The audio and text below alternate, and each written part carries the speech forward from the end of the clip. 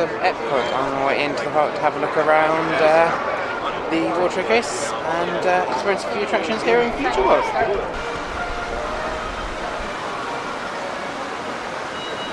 Hello from in amongst the Leave a Legacy stones here at Epcot.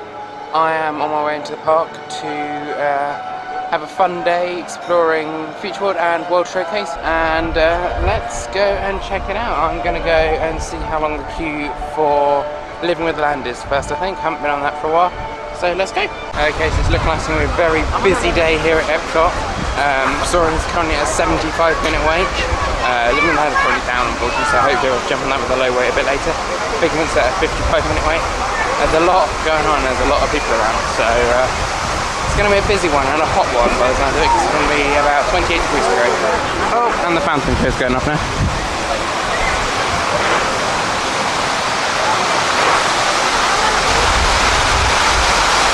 Oh!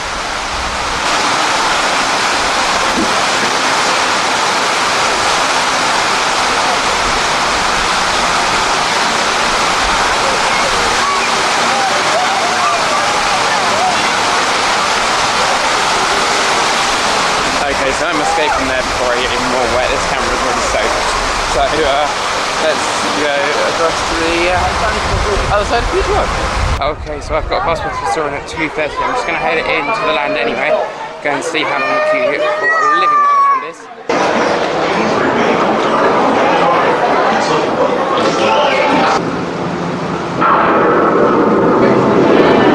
Welcome to the voyage of discovery and awareness of the richness and diversity.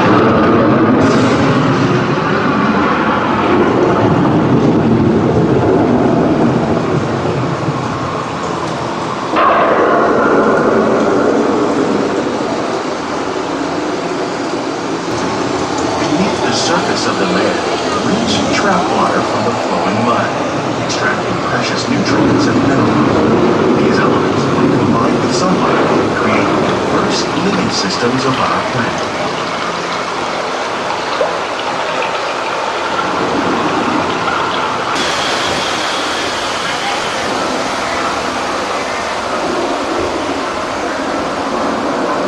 In the desert, nature has created a very different, no less beautiful living system.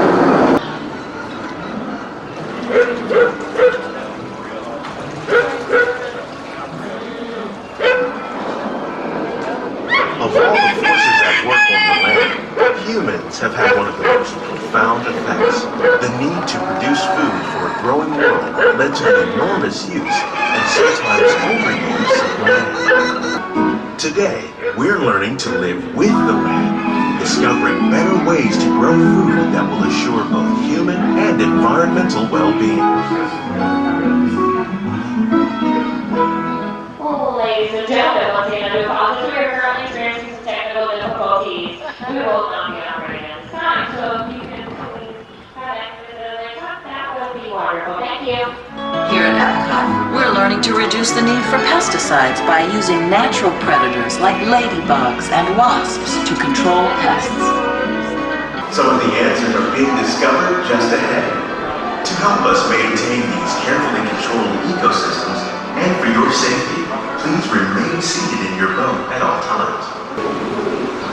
Welcome to our living laboratory, where scientists from Epcot and the U.S. Department of Agriculture are exploring innovative ways to produce bountiful harvests now and into the future.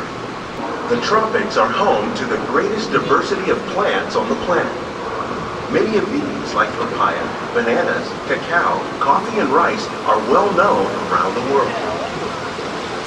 These are just a few of the edible plants that have been an important source of nutrition for people living in the tropics. Many are rich in vitamins and minerals, while others are well adapted to growing in less than ideal conditions. Some, like the water lily, thrive in wet, swampy areas and waterways. These plants are definitely on their way up.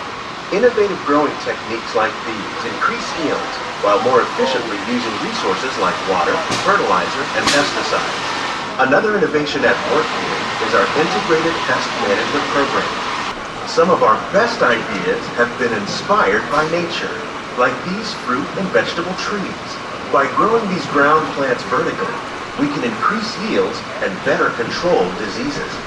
These crops taste as good as they look. In fact, we serve more than 15 tons of produce from our greenhouses in restaurants here at the land every year.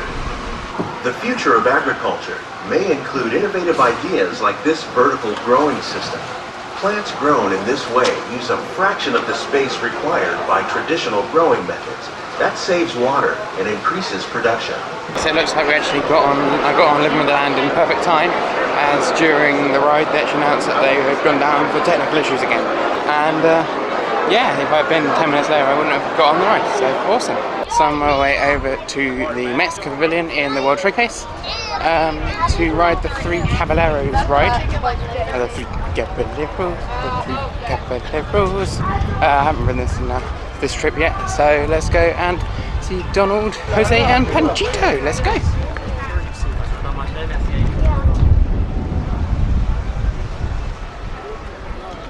Okay, so just kind of Disney traders. I was going to swap on my fuel rod, but unfortunately that machine is broken, and it's the only one in Epcot. So Disney, if you're watching, can you put some more fuel rod stations in Epcot, please?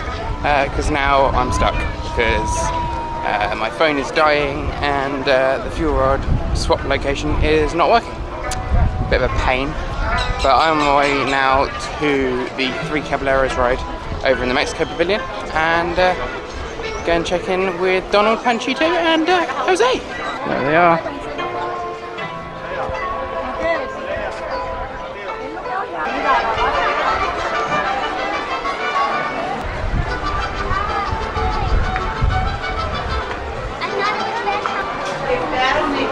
And so there looks like there's a Coco exhibit in here.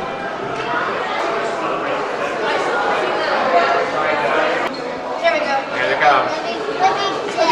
Look how all the dead pop up. That is so cool. I love it. Bienvenidos. Para su seguridad,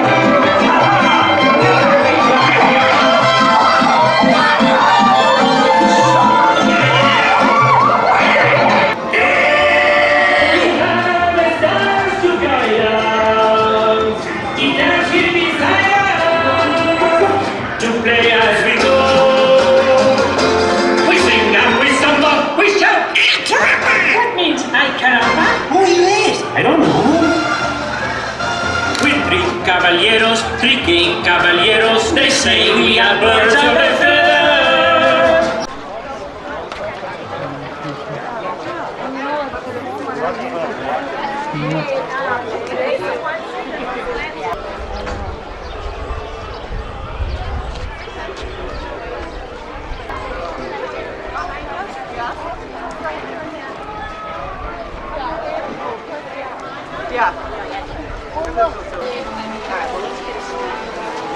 Aquashoes, Puffins Roost.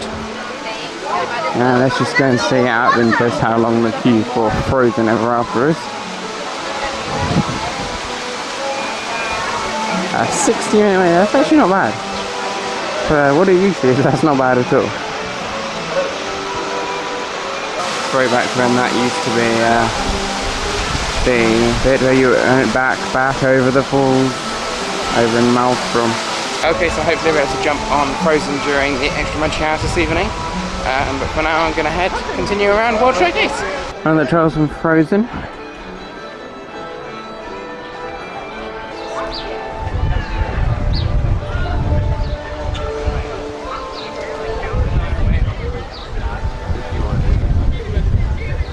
So in here is the Reflections of China attraction. That is a Circle Vision 360 show that is currently about to be updated to a new film. That was announced at the D23 Expo last year.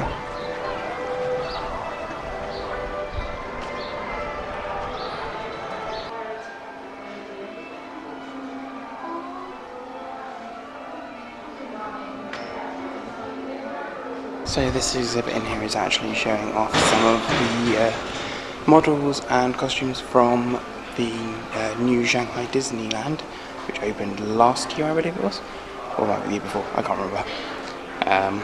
But let's have a look around. Mother, look, trial. Where?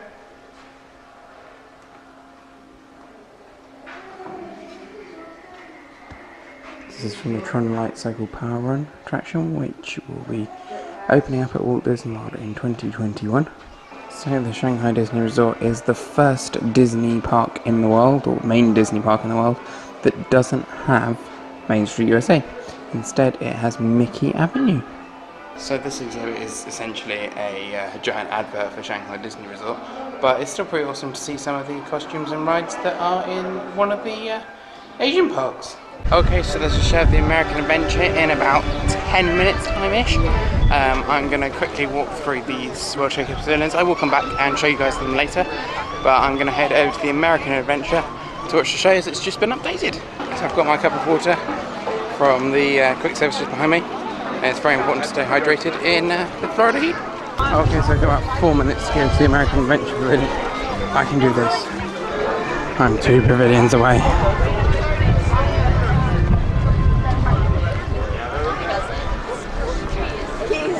Welcome back after the American Adventure and show you guys these pavilions, but I want to try to catch the 12:45 show of the American Adventure over in the pavilion.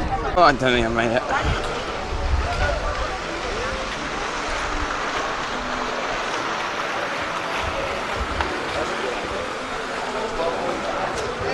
Oh, maybe I have. Oh, I might have made it. Oh, I made it. Thank you. I've made it. Please enjoy the American Adventure. Yes, I made it. Yes. Woo.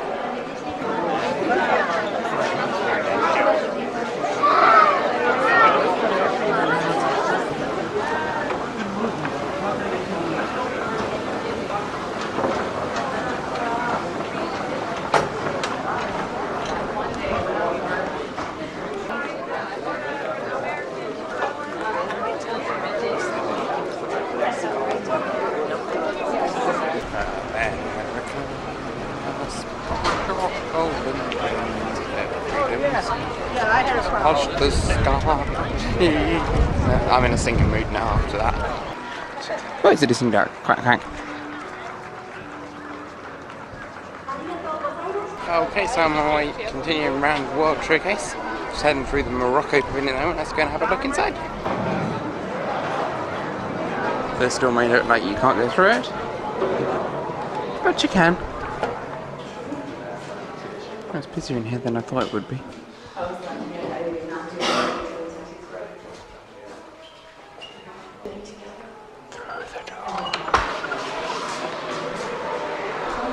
Le chef Stéphane, some fleur-de-lis.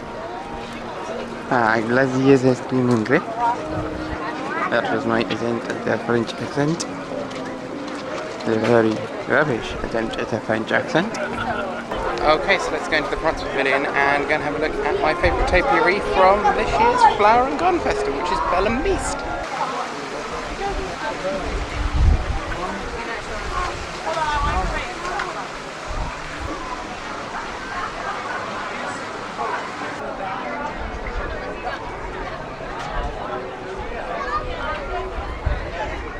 Okay, so I'm heading across the bridge towards the UK Pavilion here at Epcot. I'm going to have a look to see how accurate it is to the UK. Maybe we'll go and pop into the Rose and Crown and see if that's like a British pub or not. Let's go and have a look.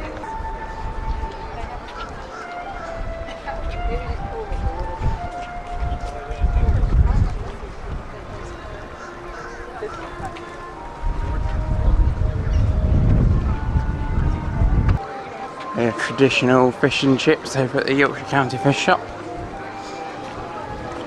Let's see what else they do as well. Let's do some whole seasonal fruit and Victoria sponge cake.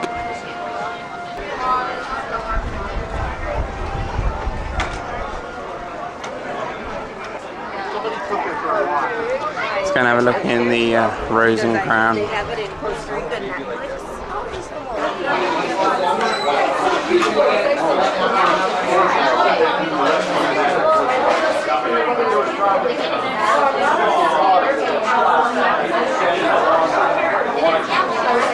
Okay, so yeah, that's it. It was very busy in the Rose and Crown, but it's certainly a English pub in there.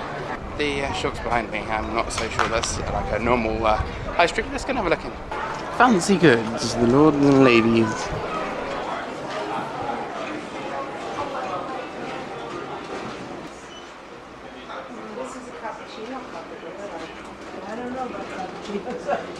Now $5.95 for a pack of digestives is ridiculous.